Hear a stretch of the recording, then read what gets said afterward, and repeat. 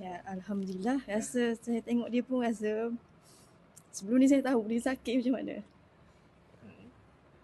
Alhamdulillah. Dia datang ke Allah. So adik ni dia ada cabaran lagi ni. Cabaran dia apa ya? Pinggang sengit di bawah ni dengan atas dekat dada sikit. Lepas tu uras saraf dekat pinggung lah.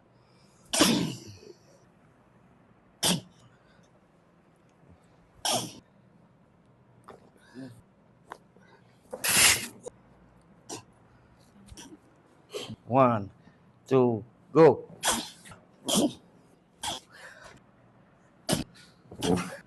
So rasa macam mana? Dah ada rasa straight lah. Kalau sebelum ni nak sengit ke kiri ni rasa ketat. Ni dah rasa longgar lah. Rasa ringan lah. Ya, Alhamdulillah. Rasa saya tengok dia pun rasa sebelum ni saya tahu dia sakit macam mana. Alhamdulillah. Alhamdulillah. Okay, Alhamdulillah lah. Sebab saya tahu sakit dia macam mana. Rasa seronok sebab nampak setakat ni berkesan. Nampak ada perubahan pada dia.